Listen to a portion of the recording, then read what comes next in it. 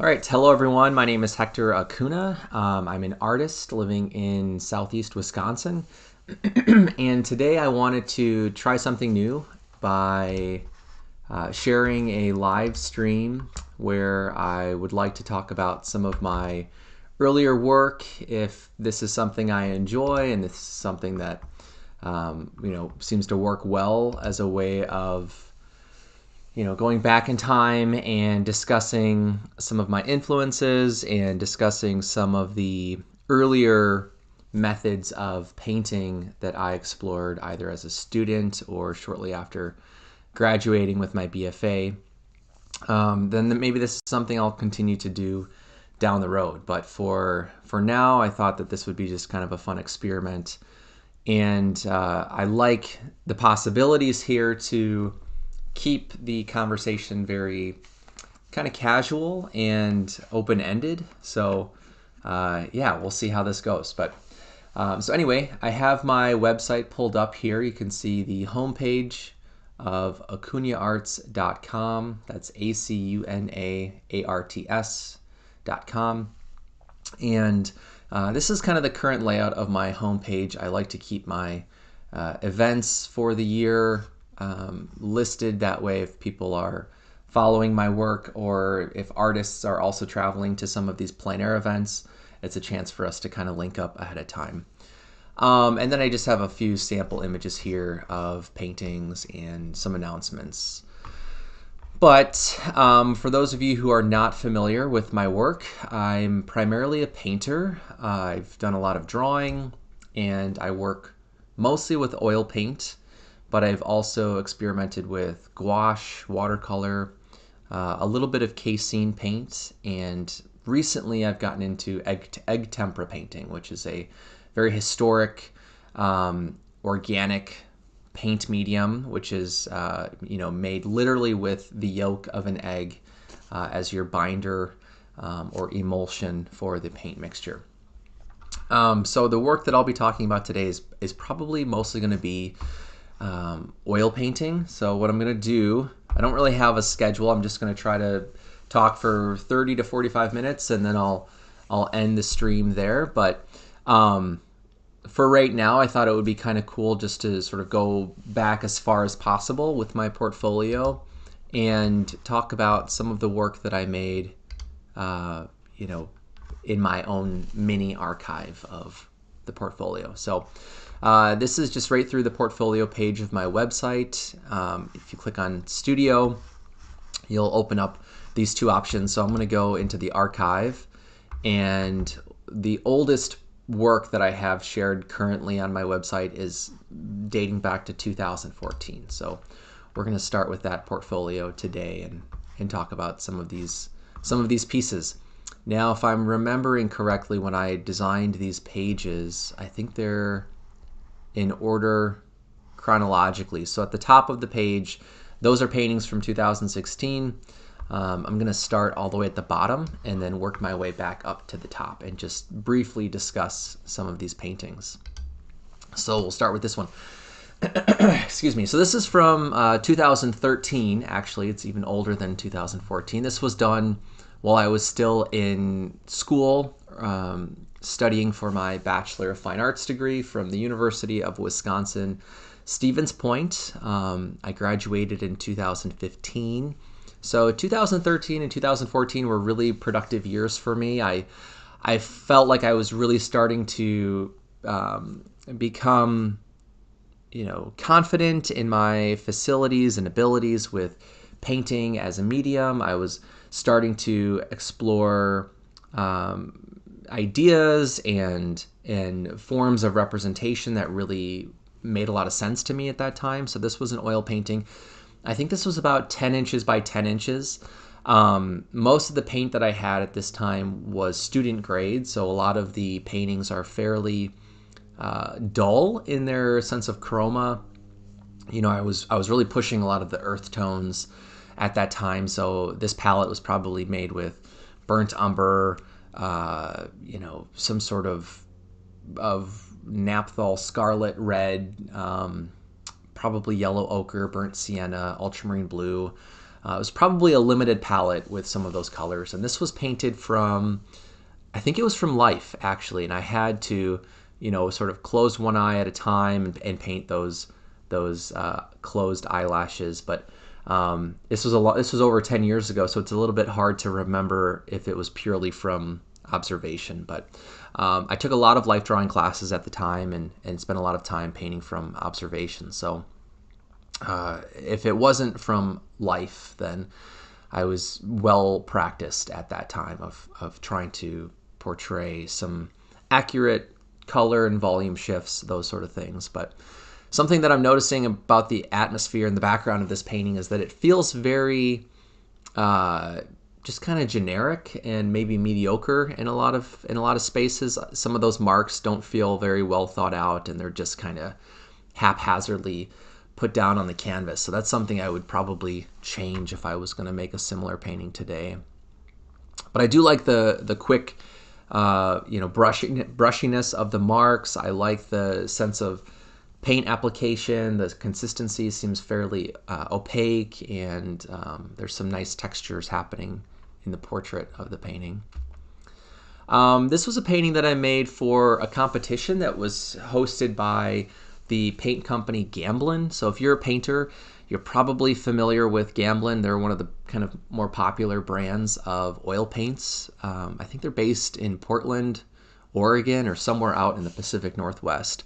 And I think they might still be doing this competition, but in 2014, they were a few years into doing their Torrit Gray competition, where Torrit is the name of a air filtration system that the company has in their warehouses. And what they started doing a while ago was filtering out all of the dry pigments at the end of the year and mixing that with oil to create this unique annual mixture of a gray. And every year that color, the properties of that gray would shift and be maybe a little bit warmer or a little bit cooler, a little bit darker, a little bit lighter. And every year was this different gray, and they called it Torrit Gray, Torrit, I think, or ET. It's one of those two. But they had this competition where if you purchased some of their paint, like $35 or something like that, you would get a free tube of that Torrit Gray paint. And if you made a painting using Torrit Gray, you could enter your painting into their competition. And then they had some sort of committee that would judge the paintings, and they awarded, I think, first through third place, and then maybe a couple of honorable mentions. But this was a painting that I made based off of a photograph by Katie Beckman or Boackman. She was another art student at the university. I don't know if she was in the art program, but she was a student at UWSP, a photographer, and she did this portrait of the musician and hip-hop artist Emmett James. He's also a poet who's now based in Milwaukee. He was living in California for a long time after he graduated from Point, but I really liked this photograph that Katie took and the overlays of his portrait on both sides, and I essentially just referenced the photograph in my painting. I tried to really push the paint quality and played with a lot of transparency and kind of drippy effects. But the really exciting thing was that the painting won first place in the competition. So they gave me a gift card or a voucher for their pigments or their paints up to $500. And as a college student, that was a really, really big deal. And up until that point, I pretty much was only using student grade paint and I had a very limited palette of colors. So I hadn't really branched out very much with pigments and paints at that time. So getting that award was a really exciting moment for me. And I bought probably like 40 different tubes of paint, mostly student grade paint, which looking back now, I would have instead only selected maybe 10 or 15 colors of paint and just bought the highest quality of paint that I could afford at the time. So that is one regret I have about that that award. And the other thing that I purchased at the time or was a batch of dry pigments. So I was interested in making my own oil paint at that time too, and I think I bought like 10 or 12 little jars of dry pigment, which I tried one time to make oil paint with, and I could not get the consistency right. It was too oily, and I didn't have a glass Mueller, whatever they're called. So I was just using a palette knife, and I tried making a painting with the paint that I mixed up, and it just was not holding together. It was like the paint would just slide down the surface of my canvas. So that dry pigment sat on my studio shelf for years, probably like 6 years before I got into egg tempera painting, which I'll talk about in a future video. Okay, this was a painting I made for my Bachelor of Fine Arts kind of capstone body of work. It was a painting that I just sort of made independently, like it wasn't made for the show, but it was included in my show, and it was I want to say like a 2 by 3 foot painting, maybe a little bit larger than that. I can't remember the dimensions now, but this was a painting that I made from observation using a mirror in the painting studio, and it was a very personal and kind of vulnerable painting that I wanted to just sort of explore and push. I was dealing with some kind of personal history that was new territory for me at that time, and just trying to figure out aspects of my own kind of family lineage, and growing into adulthood, and dealing with things like depression or things like trauma and secrecy, and learning history and truths that you maybe weren't necessarily prepared for or ready for at the time. So, that was something that really came through in my work at that time, and I was sort of processing as an undergrad student how to deal with some of those ideas visually, and this is what made sense to me at the time, was this sort of like very simple self-portrait, not extremely nude in any way, but there is this kind of vulnerable aspect to the painting that I really was interested in at the time. And the fact that it's a little bit larger than life size, it had this presence when it was in a gallery that I think really connected with a lot of people. Once it was shown, I didn't know. I was really kind of scared to show this painting publicly, because most of my work up until that time was, kind of mediocre, and wasn't very challenging in terms of the meaning or the conceptual nature of the work. So this was one of the first times I felt like I was really bearing kind of like my soul, and bearing some of the more personal feelings that I hadn't really discussed in my work up until that point. And this painting, after I graduated, it sort of sat in my garage, I think, for a year or two before I gifted it to an artist, actually a mother and daughter artist in Stevens Point, the Heindel family, I think is the last name. Brooke was the student that I was in classes with as an undergrad, painter and printmaker. Really talented artist, really just good person, good soul. And shortly after she graduated from school, a year or two after I did, she was diagnosed with cancer, and was living with cancer for a few years before she passed away. And I think by that point I had already moved away from Stevens Point, and hadn't had much contact with her other than online on social media. But a handful of years ago, her mom passed away, and she passed away within the same year, maybe even 6 months. So it was a really sad, moment, and it was one of those things where things happen so quickly, you don't really have time to really make sense of what's happening, and there's so much change happening in people's lives that it was a weird, kind of a weird transition to go from being around someone a lot in school and getting to know some of their family and her mom, who also was an artist. And the reason I gave them this painting was because when I was showing it, I think in the student juried show, this painting actually won Best of Show in that exhibition too, which was really surprising and really amazing. And it was a big honor because there were a lot of really strong works in that show from my peers.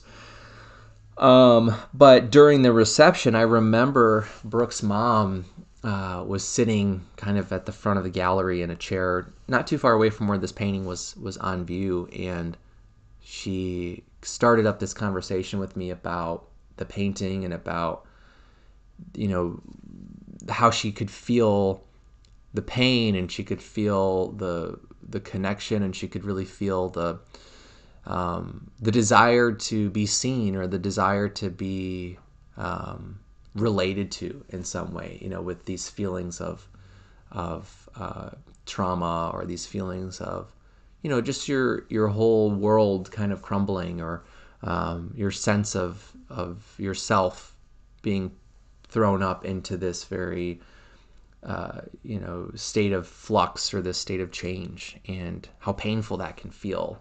And she resonated with that in the painting. So, you know, a few years later when I was out of school, I didn't know what to do with the painting, and I kind of wanted to just not have it in a way. Like sometimes for me, it's like I make a painting and it's like I'm not meant to have the painting, and it's meant to be elsewhere. You know, for me, it was the process of making it that was really significant, or really necessary.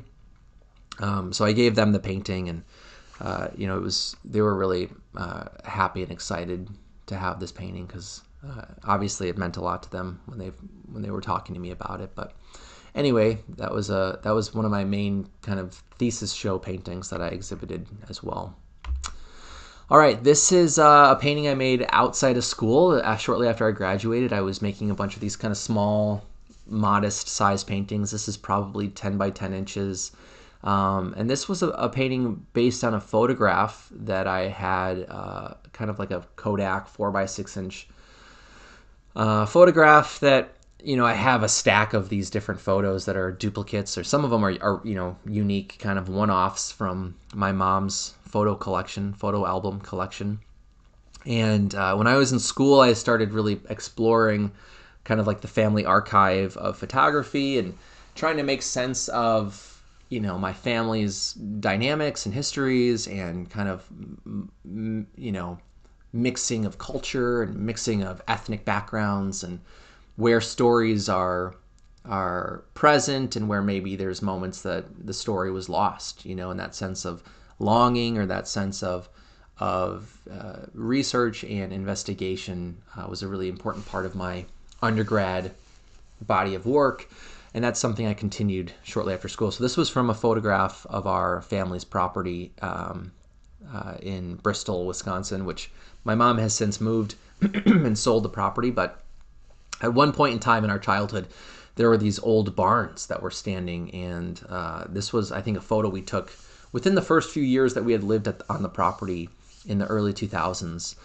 And, you know, these barns have both since been torn down, and it's just interesting how places change, and the landscape changes, and architecture changes, and these symbols of time kind of get lost over generations. So I think some of that was on my mind when I made the painting, and some of this is just in revisiting the work and thinking about some of those associations is just sort of coming to mind. So I like that it's a very simple painting. I don't know what happened to this painting. I don't know if this is one that it was painted over, or sold, or lost. So I haven't seen this painting for a long time.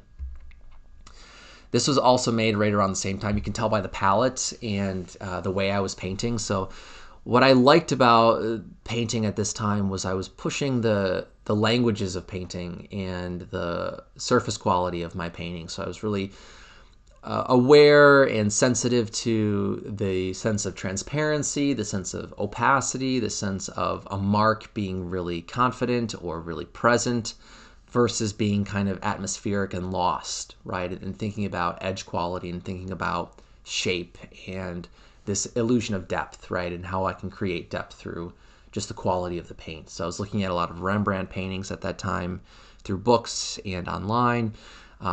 There's a contemporary painter, Felicia Forte, that I was really interested in and influenced by at that time. And she was one of the few painters that I saw pushing this kind of scumbling, semi-transparent glazing technique where, you know, you're painting something and then you're going over it with a really thinned down paint consistency, and it kind of digs itself into the ridges of the dried layers or the more opaque layers of paint. So, you know, along the horizon here, there's this really beautiful atmospheric, almost like veiled passage in the painting. And I really like that quality where it contrasts more of the flat, opaque shapes around the bottom of the landscape. And this was a painting, I think, that was inspired by my grandmother's pond, also in Bristol. She has a house like half a mile down from where I grew up, and where those barn pieces were in that last painting. And I think this was mixed from painting from photo just to kind of block in the proportions, and then the rest of it was very intuitive and kind of improvised, you know, some of these passages. This was a painting that really morphed a few times, if I remember correctly. So this was done, I want to say, in 2014 or 2015. Also, I apologize if my dog, if you can hear my dog. He's a very vocal, husky mix of a dog. But anyway, this is a painting that's about 10 by 10 or 12 by 12 inches. And it started off being a painting of my mom from a photograph of her as a child, like maybe when she was 8 or 9. And I really liked, I think it was maybe a school photograph, and it really shifted over time, and it looked less and less like her as the sessions continued. I think this had 3 or 4 different layers of paint, and I ended up with this image that really wasn't meant to be anyone in particular. It became very ambiguous and kind of simple and, mysterious. So I learned a lot, painting in this way, just how value the lightness or the darkness of the colors and the shapes of color can create specificity or create ambiguity. It's almost like where you take a photograph and you pixelate the photograph, and you can kind of like reduce the specificity and some of the description in the image. And that's kind of what I felt like I was doing with the paintings at this time. And I believe this painting was purchased by a collector during a pop-up show. This was a self-portrait that was based, I think, off of a photograph. And again, I think the theme through a lot of these pieces in 2015 was that I was really trying to push the application of the paint and the expressive qualities of the material, and also opening up the range in ambiguity and letting go of identity and letting go of specificity or explicit information, and really trying to just learn what a painting can become, right? And open up the process to be kind of a sense of discovery, right? And a sense of play, and that was something that I think as a student is often intimidating, at least, in my experience and through conversations I had with other art students when I was an undergrad. It can often feel like we're supposed to know what we're trying to say, and we're supposed to be in control of the process and to really, sorry, I apologize for my raspy voice this morning.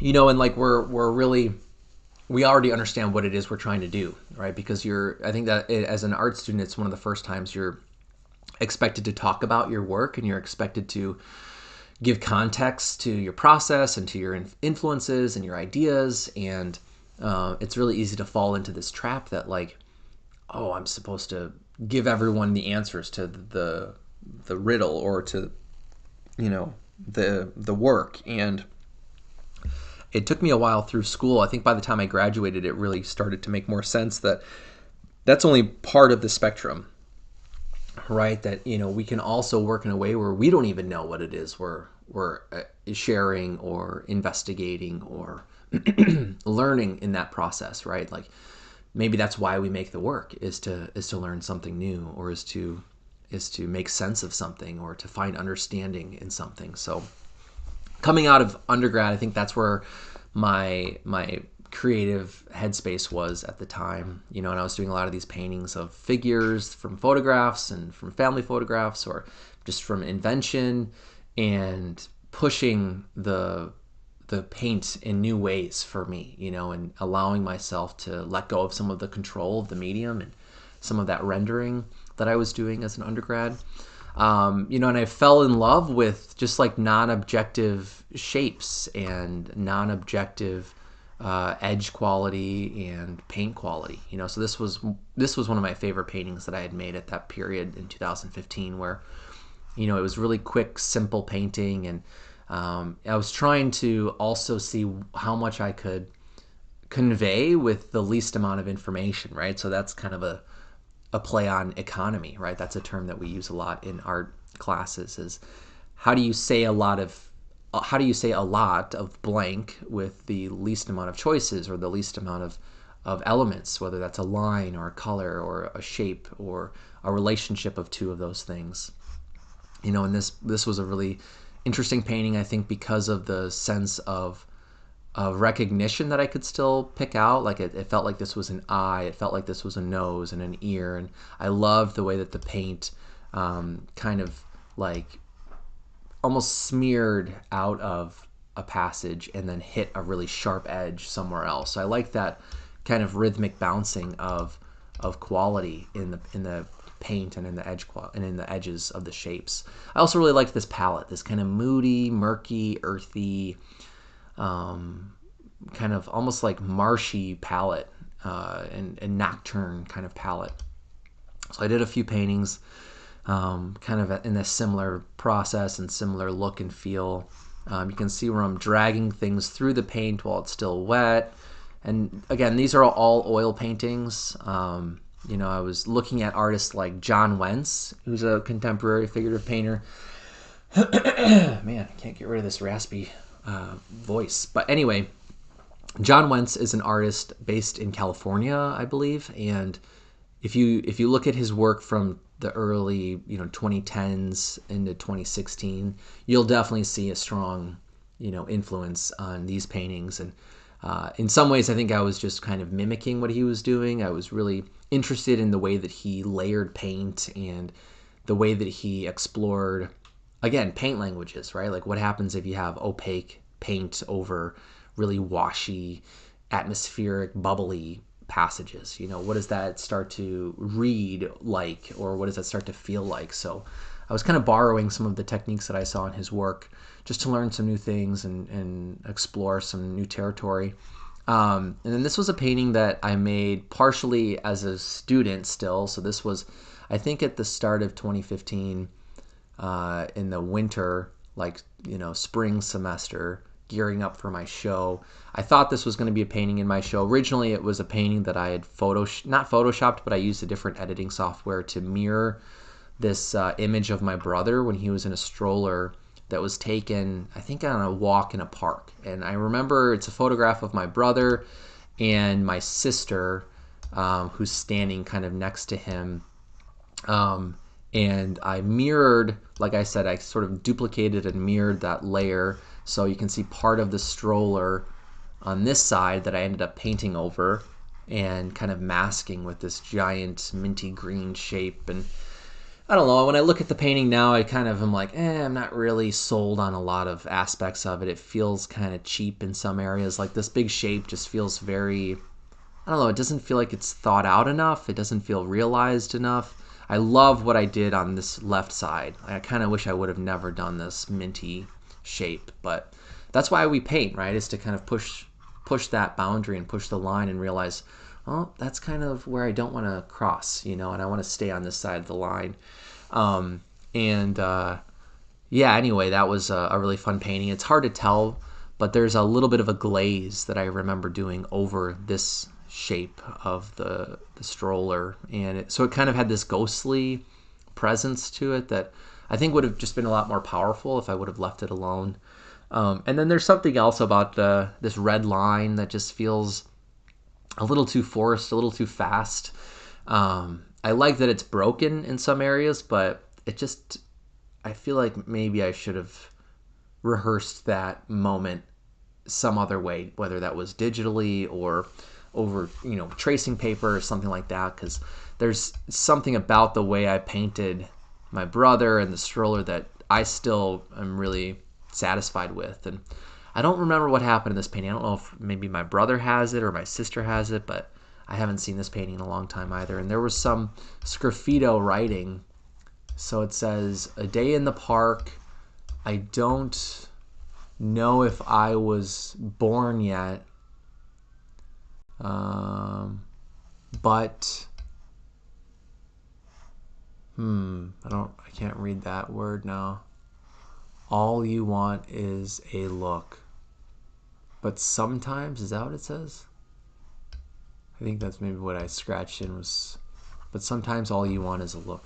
And I think that was something I really enjoyed about the reference in this image, was that it was my brother as a toddler, and like I said, my sister was also a toddler, maybe 3 or 4 at the time, and probably 3, and it was just the two of them in the photo. Like, obviously my mom probably took the photo, or maybe my sibling's father took the photo, because I have half siblings, and that's also why I'm like, I don't know if I was born yet at that time. But so it was a very kind of mysterious painting for me to begin with. So it's easy to look at a photograph and paint something in a way that also feels mysterious, or also feels ambiguous, or maybe eerie, or just really psychologically tense in some way. And for me, this photograph had some of those qualities, so it was easy to push that in the painting, I think. Or not even to push it, it just kind of happened on its own. This was a painting that I don't know where this is. I loved this painting a lot. It's a painting of my mom when she was a baby, and she was sitting in this little cardboard like dollhouse that she had been gifted, I think, for Christmas or something, or maybe her birthday, and because her birthday is in December, and actually her birthday is December 9th, which is her sister's birthday.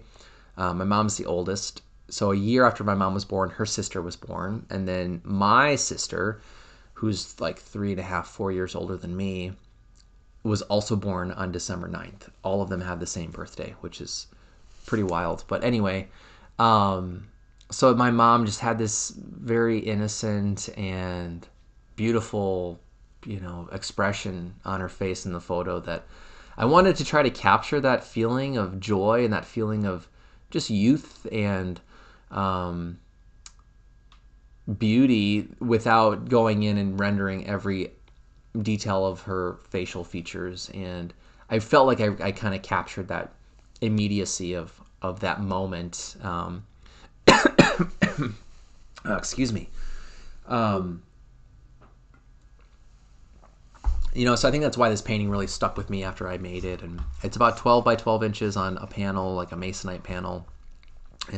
Again, you can see that really brushy, gestural, visceral paint quality. And I don't have a very good photograph of this, partially because it was on a hard drive that crashed, and all I had was like an online version that's compressed. So that's also why I'm kind of longing to have this painting again. And maybe I have it somewhere in a box, and I just haven't found it for a while. But that was a really fun painting. I also love this minty green, Christmas green palette. So there's also something about the kind of like synthetic, plasticky color palette that I really felt like gave the painting a lot more punch and power. So it's sort of like the youth, this image of youth within the context of like a very synthetic, plastic environment. Like, there's something I think really kind of universal about that, since the middle of the 20th century to now. Like there's just a lot of this like, like our definitions of joy, our definitions of love, our definitions of progress and purpose. Like a lot of that stuff I think can often be associated to synthetic objects or synthetic places, and like everything has to be made by man or by humans, and meaning comes out of that process or something. So I think when I look at that painting now, that's kind of what I start to think about, and a lot of that's just coming from the color relationships, which as a painter, like it's like there's so much inspiration and like excitement when you realize that like color can give you meaning and can give your work association, with just through the most abstract, non-objective way, which is really cool. Speaking of color, this was a painting that was really just all about color relationships and temperature and really pushing the warmness and coolness of the body and a figure. So this was when I was inventing a lot of portraits, and maybe I would make a portrait from a photograph, and then I would learn something about a certain shape of like the eye socket or the shadow under the nose or the curve of a jaw, and then I would take that and create a new portrait that was just sort of out of imagination. And that allowed me to work with colors that were very expressive and very extreme and chromatic and unnatural. You wouldn't see a figure with this palette unless they were painted or had some sort of filter over their skin or something, with a light. And I liked that, again, that kind of synthetic quality about it. I think this actually was painted from a reference that I created digitally on what were those Amazon tablets? A Fire tablet or whatever they're called. And I had downloaded a free version of Autodesk Sketchbook. And the screen resolution on those little Fire tablets was so low that like anything I would draw or paint in 2016 was really pixelated and really blurry and fuzzy, and it kind of gave my paintings that kind of atmospheric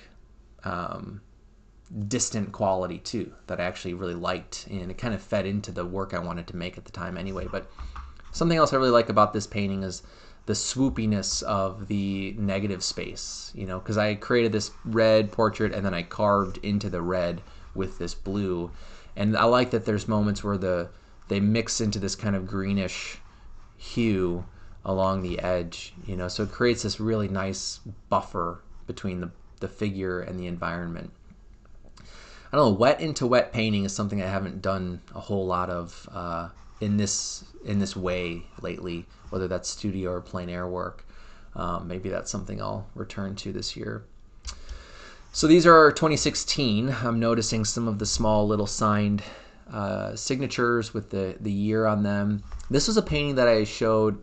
This one and the last one I think are both 8 inches by 8 inches. So they're really small, kind of sketch size oil paintings on panels.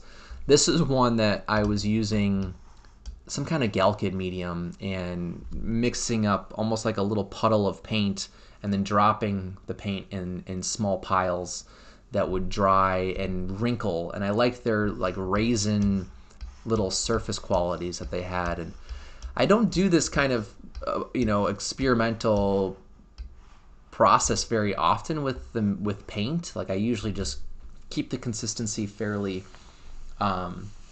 similar from painting to painting, and it's usually kind of a buttery consistency. But this is one of the few times where I was really trying to explore, how else can I play with the tactility of the surface, right? Or play with that surface quality, whether it's really, really smooth or really textured, or maybe it feels more organic, like it made itself. I think that's one of the things I like about these little planet shapes in this painting are those wrinkles. It's not like I went in and created every little crease, and that's something I think painting is most exciting for me when I feel like I'm pushing against what the paint wants to do, or something, something that's outside of my control, right? That's usually when I end up with the most exciting paintings, So there's also something really beautiful about the the soft edges and this very thin kind of glaze in the beard and around the outside edge of the face. And this painting kind of has a bit of a clown kind of makeup look to it, and I don't know how intentional that was at that time. I know I made a few other paintings that had kind of clown makeup aspects to them, and I just like this idea of masks and makeup and changing one's appearance. I think there's a lot of significance in that realm for me. A lot of the work I made as a student and shortly outside of school was, like I said, dealing with like family history and ethnic identity and cultural identity, which are things that I continue to explore in graduate school. But this idea of masks and shifting one's facial features has always been very relevant to me, I think, visually. I think there's a lot of power in that idea. When I think about when I was in school, in high school, I was the mascot for our high school with a few other students. I wasn't the only one, but our mascot was the Falcons. And I initially was a mascot in middle school with this suit, basically like a felt, very heavy, thick suit that someone's mom, I think, had crafted. And, I wore that for like a year and a half, and that had been worn by like 20 other students over time, I think. So it was this really just murky, smelly, raggedy little Falcon suit. And I look back on those years now, and it's funny to me, like, I think in middle school, I also think about how aware I was becoming of my outward appearance and the meaning or associations that people were going to have based on the way I looked or my name or the context of me against a lot of my peers in middle school. I grew up in a very small farming area of Wisconsin. Not super small, like I've met people that came from really small schools, but kind of an average sized school and in a rural area. And there were, I don't know, maybe like 10 students or so in my grade that were 10 to 15 that, were people of color, I would say, or maybe they would identify as people of color. And, so when you're in a minority like that, you are a target for differences and spotting differences or being associated to other ideas of stereotype and ethnic and cultural identity. And a lot of that for me started in middle school. Like it kind of felt like there was this shift where a lot of my friends and peers were learning from media and pop culture and maybe from relatives, like things like stereotypes and racism and xenophobia. And, a lot of us were in third or second grade when 9/11 happened. And, so some of those key moments really, it formed this basis for a lot of interactions I had with my peers in school. So I became very self-aware, that people saw me in these different ways that I didn't identify as. And it put a lot of emphasis on my appearance and wanting to belong and wanting to not be alienated from my tribe of people, that I had gone through school with since kindergarten or maybe even preschool. Like people I've known what felt like my entire life kind of labeling me in these different ways, So I think being a mascot, this is where it ties back, and this is kind of a long story, but if you're still listening, being a mascot, I think was a way for me to cope with that process, and that realization. And it gave me a chance to perform and to entertain, which is something I've always loved to kind of do,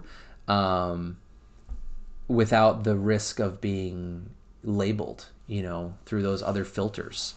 So I think about that a lot now when I look at paintings about clown makeup or about literally about being a mascot, because I've done a few paintings where I've tried to repaint that, that falcon helmet prop that we would wear. Anyway, long story.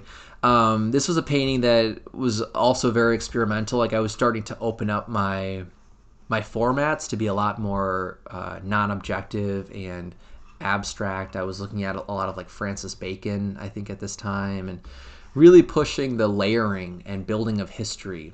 I remember when I was in school, I had a professor who taught a drawing class. I think it was a life drawing class, but he was the printmaking professor at the time, Bob Erickson, a really great professor who had this project that we did in the drawing class where he gave us one sheet of heavyweight printmaking paper, and we had to work on that paper for like maybe a month and a half. So like, I don't know, was that like 12 classes or something like that?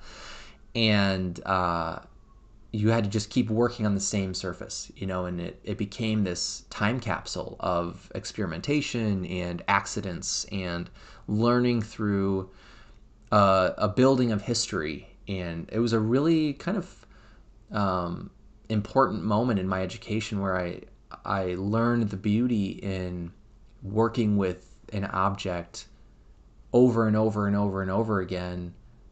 Even when you think, oh, this is such an amazing painting I just made or a drawing I just made on here, I don't want to screw this up, but if you're forced or encouraged to just kind of keep pushing it, you learn a lot more in those projects, right? And that model was something I kept with me after I graduated in my own like independent studio practice. I was renting a studio for $100 a month after I graduated with my BFA.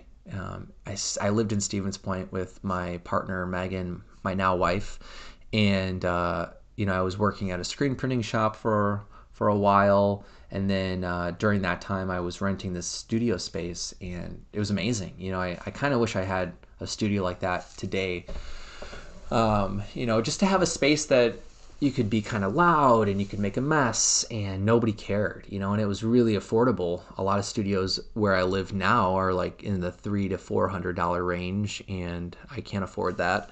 And they're kind of either shared spaces, or you have to be a little bit more careful about making a mess or being loud, or maybe the hours are more limited. So I didn't even realize how fortunate I was at that time, that not every studio is going to be that affordable or come with that much freedom, so anyway, that's kind of what was happening at that time. This is another one of those paintings that was made from the tablet Autodesk sketch process. So I would go home or I'd go over to Megan's apartment, and we'd be hanging out, and I'd be sitting there drawing with my finger on the tablet and just sort of making up these portraits. And there's something really useful about having a digital component to your painting process, whether that's like you go back over finished paintings and you change things and you learn how you could have shifted the work, or like this where you're generating reference material. But the opportunity to go back in the process or duplicate layers or really quickly shift the color scheme or the value range, or the scale of something, like the freedom and the speed at which you can create and respond to the process is really, really useful. And that was something that I utilized a lot with my paintings after I graduated from undergrad. I also just really love this big single kind of confident swoop right here. If I remember correctly, I think a student who was maybe still in school or had just graduated had purchased this painting from me for like $100 or maybe $75 or something. Tim Zetsuchek, I think is how you say his last name. If I remember right, he's the one who purchased this painting during like a garage art sale that I did. I've always been kind of like confident in just trying stuff like that, like a yard art sale, a pop-up show, a garage art sale, especially back at that time when I didn't have any gallery relationships or there were no expectations to what I was going to do. And that's something I'm trying to get back to, like internally and with my own ideas and showing my work. Or with this, this is kind of one of those things, like I've never live streamed before. I've never just sat and talked about my work like this before. And I'm trying not to really worry about the outcome. It's just more about doing it, and even as I've been talking, like some of the stuff I've said, it's been really enlightening for me to come to these realizations, like, oh, that's kind of why I was interested in this, or I forgot that is a theme or a concept or a color structure that I really kind of resonated with at different times. This is a painting. I think I still have this painting. It's on paper. I was starting to play around with Arch's oil paper. I think they had just come out with this in a lot of the bigger stores like Dick Blick.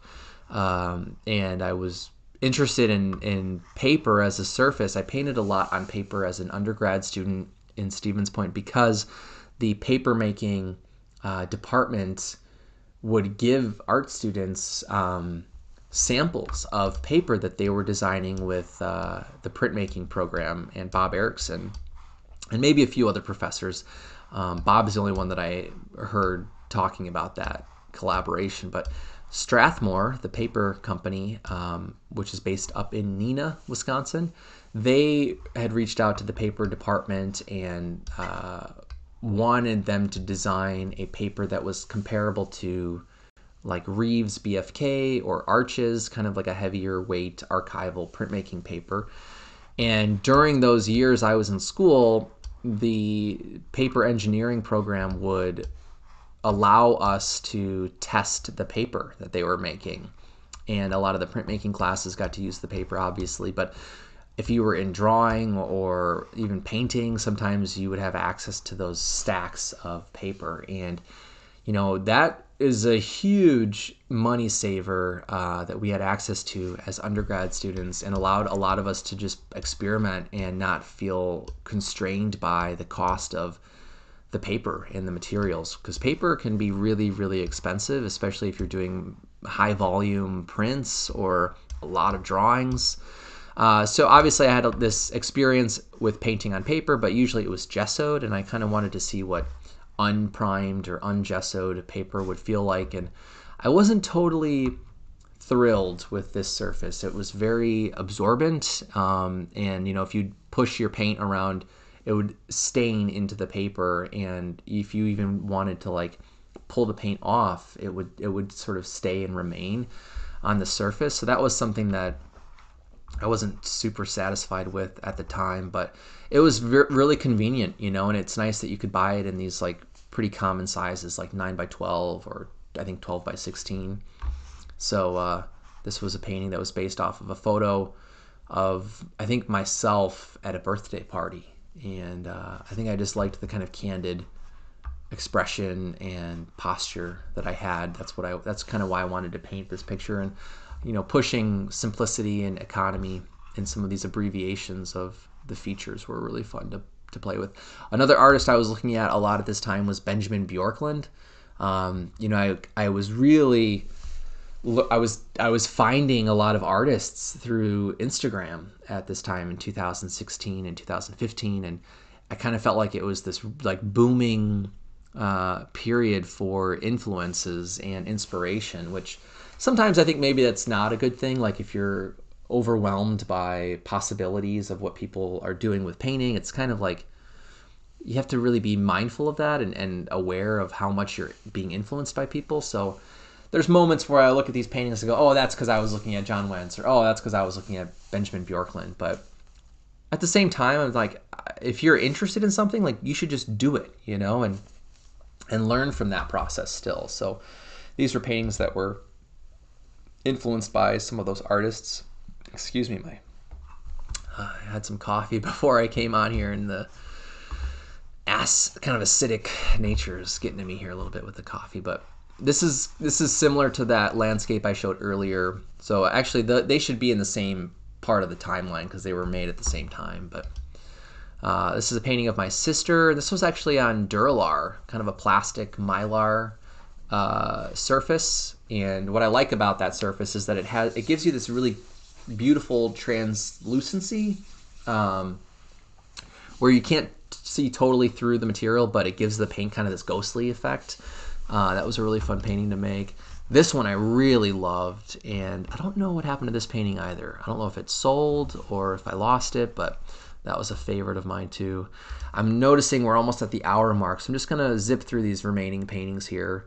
This was of my grandmother. This one was sold in a pop-up show it was a 2-person show that my friend Ryan Weisenfeld and I put together in Stevens Point. Definitely a highlight for me when I think about Stevens Point. That was a really fun experience. I learned a lot. This was another one of those paintings.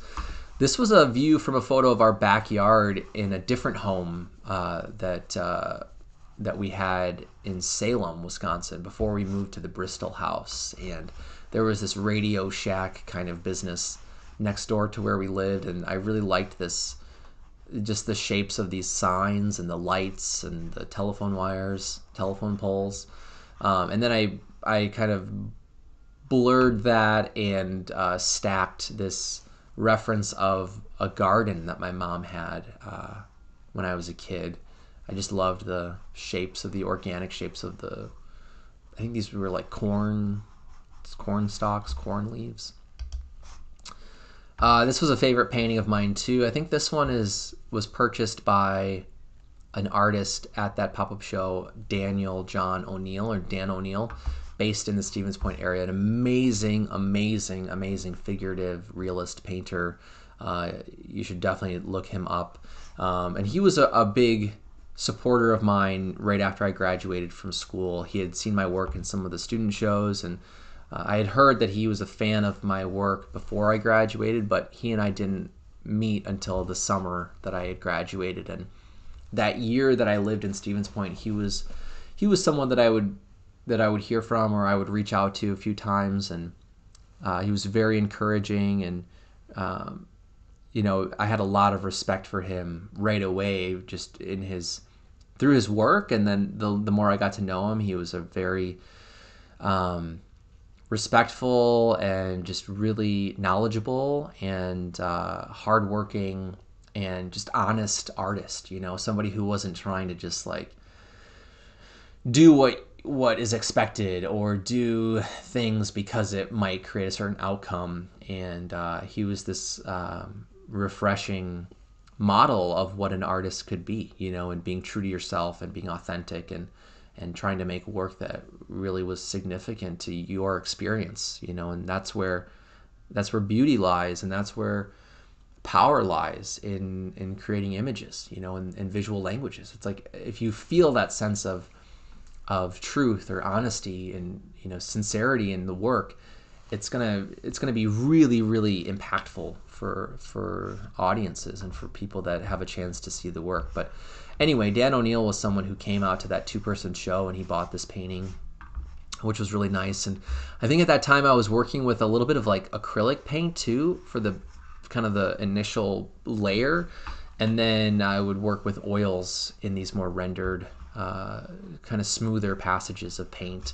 But this was also from some family photographs, and I really enjoyed my emphasis on shape at this time, just the way that things would kind of break into these solid opaque shapes, which is something I'm doing a lot right now with some of my plein air work.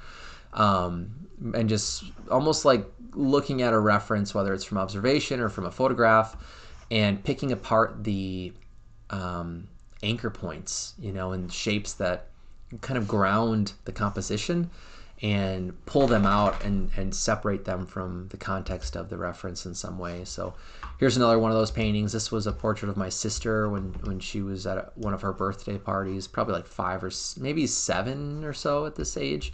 But again, it was like, how do I create emphasis and how do I create moments of description and hierarchy through the level of rendering that I'm doing? This was kind of a new thing that I was trying out, and what are the objects and what are the details that I want to pull out and separate and give space and kind of give a platform to, when you equalize so much of the space and so much of the environment, it allows you to it then allows you to go in and pull something kind of away from the pack or away from the herd and give it this higher sense of meaning or purpose. So this was a really fun painting. This was purchased by a professor that I had in undergrad, Mark Brueggemann. Again, another just really kind, talented, hardworking, generous, and supportive person I had. And this is one of the best things about looking at work I made during these years when I was still in school or I had just graduated. Like, I was so fortunate to have this community of artists and mentors and teachers and supporters and people that were helping me find opportunities, and now that I've had some distance from that chapter of my life, I think a lot of those people, through conversations I've had with them since, it's like they talk about, yeah, like, they'll say, like, you were one of those students that really was serious and was really committed to, your work and your progress and your process, and being a student of craft, and really trying to push yourself. And it didn't feel like that at the time. Like, it kind of just felt like, wow, I'm in love with painting. I'm in love with drawing. I'm in love with making images, and I'm in love with this process of learning about myself and learning about where I came from and where my family came from and how I relate to them now versus how I relate to them when they were at such and such age, and saying that, it sounds narcissistic, and I think it kind of is in some aspects. Like, I think being an artist making work about your experience, about your history, inherently it's going to be a little bit narcissistic. But the goal wasn't like, oh, I need to make work that then everyone else needs to appreciate. It's more like, I just need to make this work, and I want it to be exciting for me, so I want to do things that are surprising and that I can't predict, so in paintings like this, again, that process of blanketing so much of the information and grouping so much of the environment, it gave me a chance to then feel like I was in control of, where I wanted to, like, turn the volume up or where I wanted to dim things down. And it kind of felt like when I was painting, it was sort of this process, right? Of like, oh, this has to come up, this has to get sharper, this has to be grouped with this over here. I really want the chroma of the red to really turn up in this pocket of the painting. I like that this shape has a similar kind of visual presence as the figure, this sort of like offsetting of a similar element, with this strong diagonal cutting us away in that direction, but also mirroring the diagonal at the top, So there's all these moments where it gives me a chance to kind of like, oh, where do I want to compose, This is another painting that was in that show. This was a painting of my brother. He was pulling this toy, this like Stretch Armstrong kind of toy. I think he has this painting now. And this was a really fun painting to push immediacy and confidence in mark, and to really push the abbreviation of form and that kind of coming and going of the object or of the body or of the figure. And like, this sleeve is, I really am still excited about how this sleeve turned out, and this idea of giving yourself two colors or two values and trying to describe something with so much variety in its form and volume was really fun to push. This is a pretty good size paint. I think this was like 24 by 36 or somewhere in there. This was a painting I made for a landscape show that I was invited into with other areas in the central Wisconsin region. This was shown at the Scarbocchio Art Museum, and it was a painting that was from a photograph of my grandmother's property. So that pond that I had painted in other paintings, it's the same view from the front of her house looking down her yard. She has this very long hill that hits the road that we lived off of in Bristol, and this is her driveway here. And the pond, it just has this, like, I don't know, it has this very significant portal magical quality about it. Like, the more I think about that, the more I do feel that way about that part of her property and that part of her yard.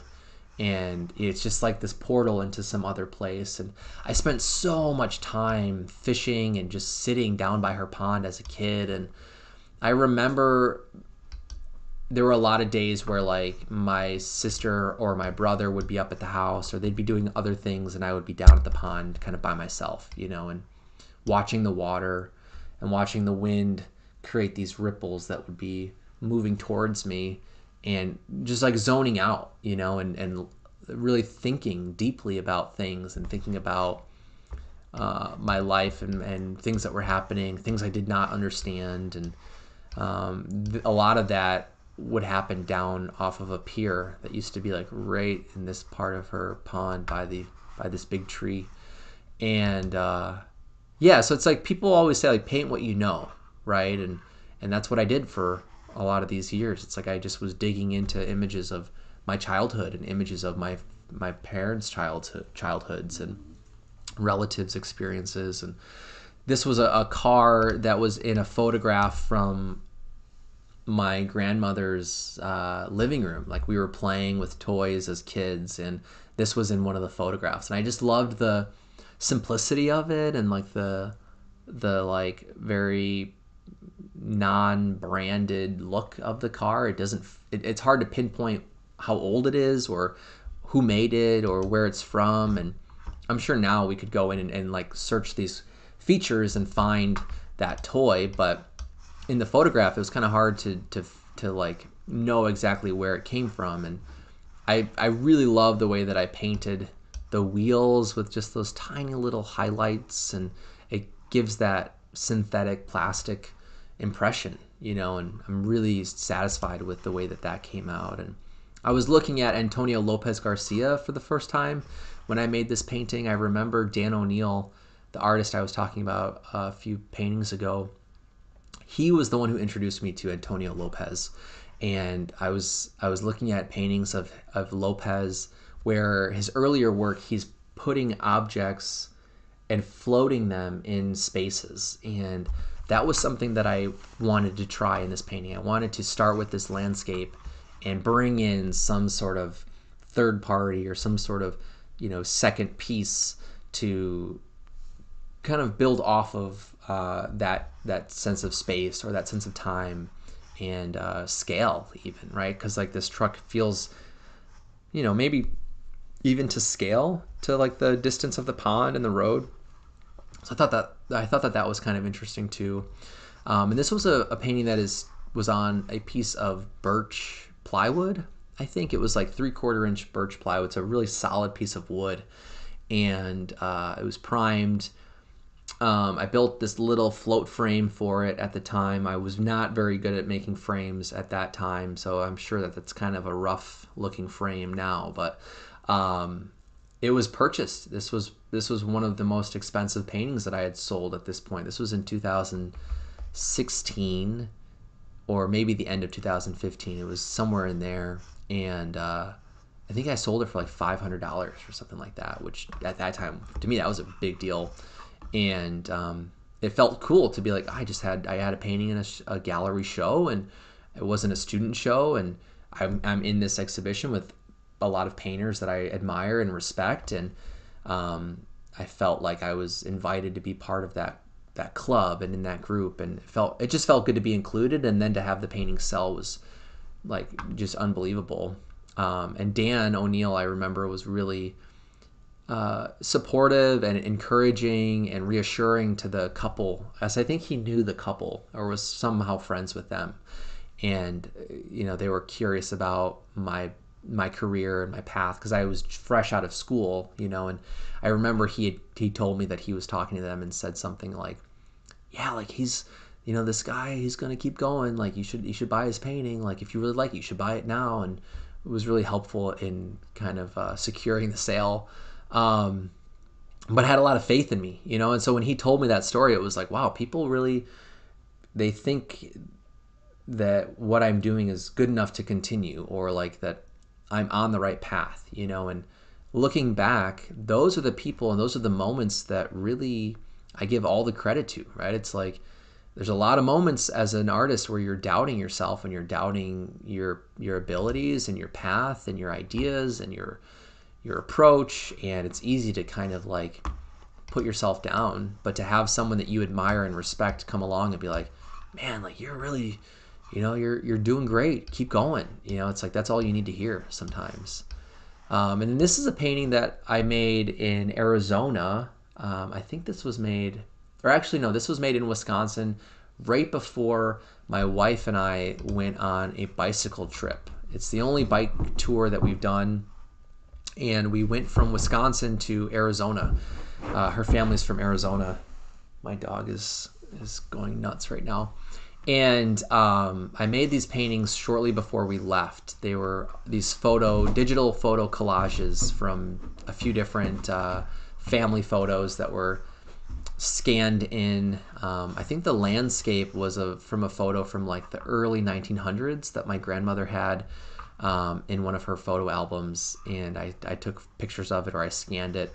And then the figure kind of birthday cake table, that portion of the painting was from a separate photograph. And I think this might have been my grandmother when she was a kid, and this is her mom, or it's like her cousin. It's hard to remember who this is, but I really loved just like the nature of the figures and their expressions. And, just again, there's something about images of kids at birthday parties when they're, ages like 5 to 10. They're just becoming aware of so many things. And, I think that there's this interesting play of attention and perception. It's like, for the photo, it's usually when they're singing happy birthday and like everyone's looking at them. And, so it's an interesting moment to capture and to then paint from, because there's this awareness that feels very real to me when I look at pictures like that, regardless of the era that the picture was taken. So I really loved that like deer in the headlights quality about the girl that's being celebrated here. And I wanted to also play around with color as a way of grouping moments of the painting or separating moments of the painting, and how temperature can create mood or drama or mystery, right? So the warm kind of 70s, 60s feel of the figure on this side of the image or the painting just feels way different than the cool iciness of the kid in the painting, right? And again, I'm pushing the paint quality here. I'm allowing myself to loosen up a bit more, abbreviate things, and really, instead of searching for recognition, I remember I was more interested in relationships of color or value or shapes, and really focusing on interactions of those things. And there would be moments where I'd put a mark in and go, oh, that's really doing it. And I don't know what it is, but that's pushing the painting where I want it to go. And sometimes it's not even like I have this image in mind of what I'm trying to get to. It's more just like I put something down and go, nah, that's not really saying what I want to say. That doesn't feel how I want it to feel. So I change it, or I put something over it, or I wipe it away. And you're constantly just doing that process until you go, wow, that's really satisfying for whatever reason. Like that makes the painting feel more ominous, or that makes the painting feel more joyful or more mysterious, or that feels familiar, So it's like those are the rubrics that would be playing through my mind when I would make paintings like this, and letting go of representation a little bit more, and mimicking something. But this was a really fun painting. I think I called it One Day or something like that, or One Wish. It was something like that. And this was a painting that I remember after that bicycle trip. Megan and I were in Arizona living with her parents for like 6 to 8 months, and partway through that chapter, I flew home for Christmas and the holidays, and my brother and I drove back my little Toyota Corolla that I had at that time, and that was a really fun road trip that we got to take. I wish I could do more of that too. It's been a while since I've been on a road trip with my brother, or just with like one other person like that. And anyway, when we drove all of my painting stuff out to Arizona, this was a painting that I brought with me. And it's funny because a month or two into that, after that trip ended, that road trip, I sold this painting to a collector in Milwaukee. So it was like the painting was living in Wisconsin from the moment it was made, and then I drove it out to Arizona, had it for like a month or two, and then had to ship it back to Milwaukee to a collector. But I wasn't complaining, because I wasn't making much money at that time, and fortunately, my wife's parents were really generous and gave us a place to live, and were very supportive of us at that time. And it was a transition period for me because it was like my second year out of school, And around that time, I had applied to grad school. So I was kind of in between education programs at that time. But this sold to collectors of mine, Jeff and Brian, who live in Milwaukee now. I met them in Stevens Point. Brian was the curator, director of the Scarbocchio Art Museum, which is where that landscape painting with the car was exhibited in that group show. He also helped me put together a solo show while I was still an undergrad student. So he and I had quite a bit of contact when I was in school. And his husband, Jeff, when I was in school, was the dean of the College of Arts and Letters. I'm pretty sure he was the dean. He had been the chair of the department, I think, before I was in school, and he was a professor too. But my years at the NFAC, the Noel Fine Arts Center in Stevens Point, he was the dean of the College of Arts and Letters. So the two of them have been collecting my work now for, since I was in school, so probably like 10 years. Since that show I had at Scarbocchio. So I think they have like probably 10 of my paintings now, which is really unbelievable, and not unbelievable that they're that supportive and that encouraging of my work, but more unbelievable that it's just, we've had that kind of relationship for that long. It's crazy how much time has gone by already. I think that's what's kind of blowing my mind a little bit. But anyway, they have this painting, and this is 24 inches by 24 inches, if I didn't say that before. And this is kind of like the sister painting to the last one. So it was made with similar photographs from the same kind of album of my grandmother's photo album that I was borrowing and scanning images from.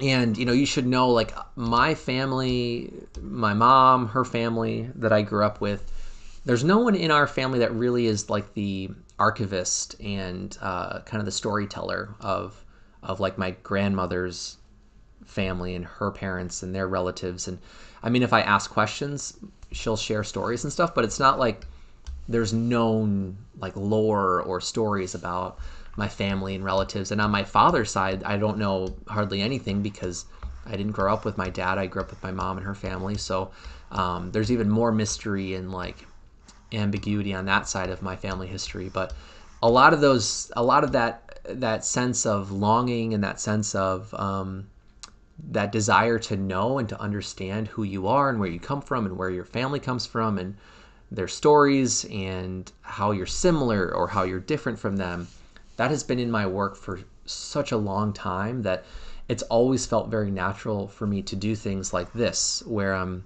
obscuring information or obfuscating, I think is the actual term.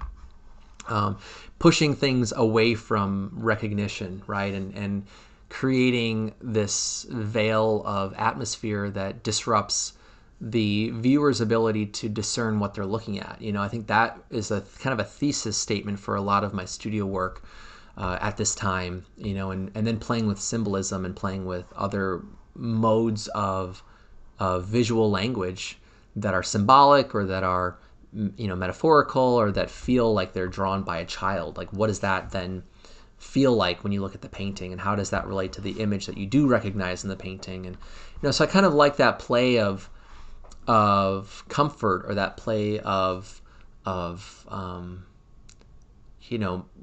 to make sense of these disparate pieces.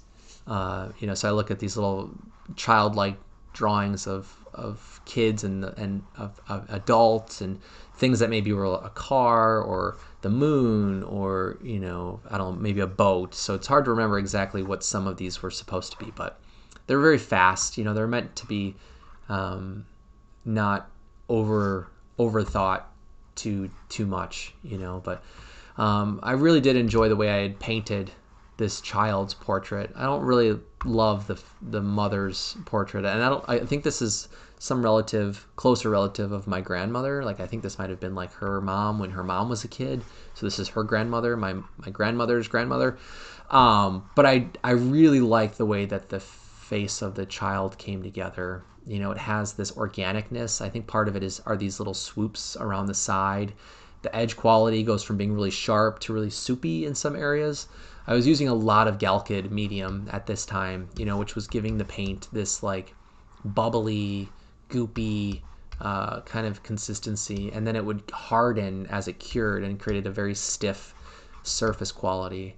I don't use Gelkid mediums anymore just because they're pretty toxic, and I'm kind of a paranoid materials person nowadays, so I stay away from some of those really toxic mediums. But this is the first non-oil painting that I'm talking about today. This is a gouache painting on paper taken.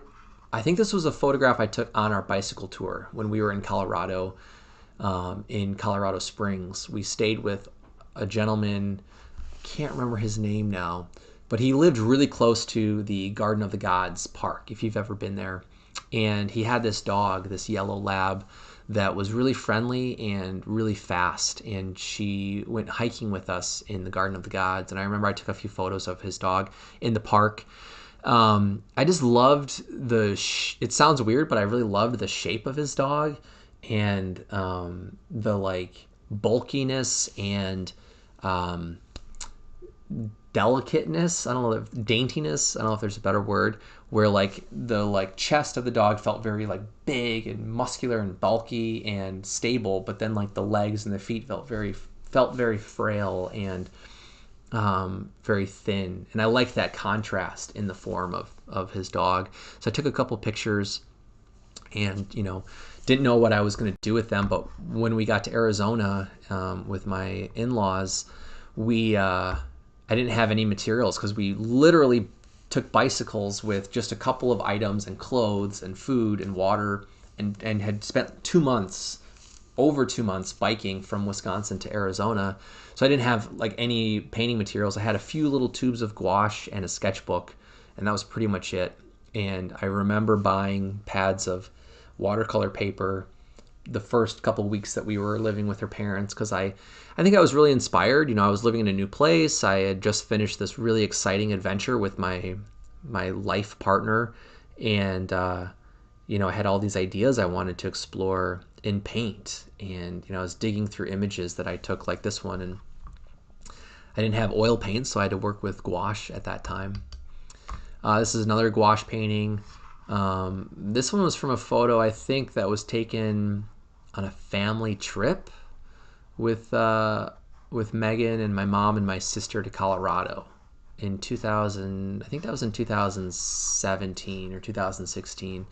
And I just had, digitally collaged my body to create this more like fractured reference photo. And I basically painted that fairly closely to the photograph, and the rest of the landscape I kind of invented moments. Some of these shapes I wanted to push more of a, I don't know, more of a whimsical nature, kind of, almost. Like, it has a very illustrative, graphic quality about it in some of these moments. So I was also starting to play around with mixed media a little bit, like using gouache and pen together. And this is on Mylar. This is graphite with acrylic for the red. And this was a really fun little drawing to make. I haven't drawn on Mylar or Duralar in a really long time. But it has that kind of waxy, ghostly surface quality that is very different than paper. You don't have that organic pulpiness to the surface that you do with paper. So it was really fun to kind of experiment with Mylar at that time. And these are pretty small paintings. The last two, I think, were 9x12s. This is probably like a 5x7 size. And this is also Duralar with ink and graphite. I have a couple of these. This one has a little bit of, I think, water-soluble colored pencil, maybe, for that purpley kind of pink color in there. I have to use the restroom, so I'm going to try to wrap this up pretty quick. More Duralar pieces. This must be a pretty big file. I'm not sure what this is. I'm just going to keep moving here. I don't think I'm going to talk about these ones just because I really have to use the restroom now that I've been talking for about an hour and a half and drinking a lot of water. But some of these are oil paintings. Some of these are mixed media, like graphite, charcoal, gouache, ink. This is an oil painting. I really enjoyed making this one. It has a lot of interesting, like, little transparent illusions. Like the top part of this head is shifting in space a little bit. I really liked that aspect of it. Here's another one that's kind of similar. Little Rembrandt copy. Man, I've been talking for too long. This is one of the first times I started to play around with framing and using found barn wood from our barn that was on our property growing up. This is in the collection with Jeff and Brian as well. It was a pretty important sale. I think this is one of the first times I sold a painting for maybe close to $1,000 or $800. Not to make things about money, but it's just like I look at a painting and go, oh, that was a pretty big turning point for those kinds of reasons, right? That it opened up new doors, that it supported my practice, it supported my materials and my work and some of those ideas.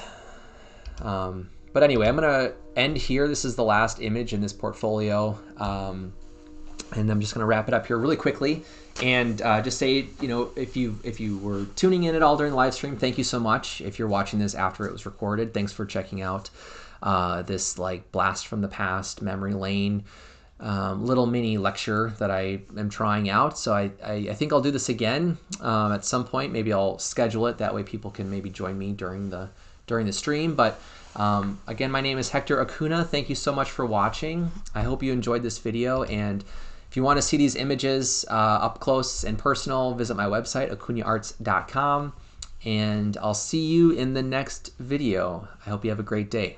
Thanks for watching. Bye.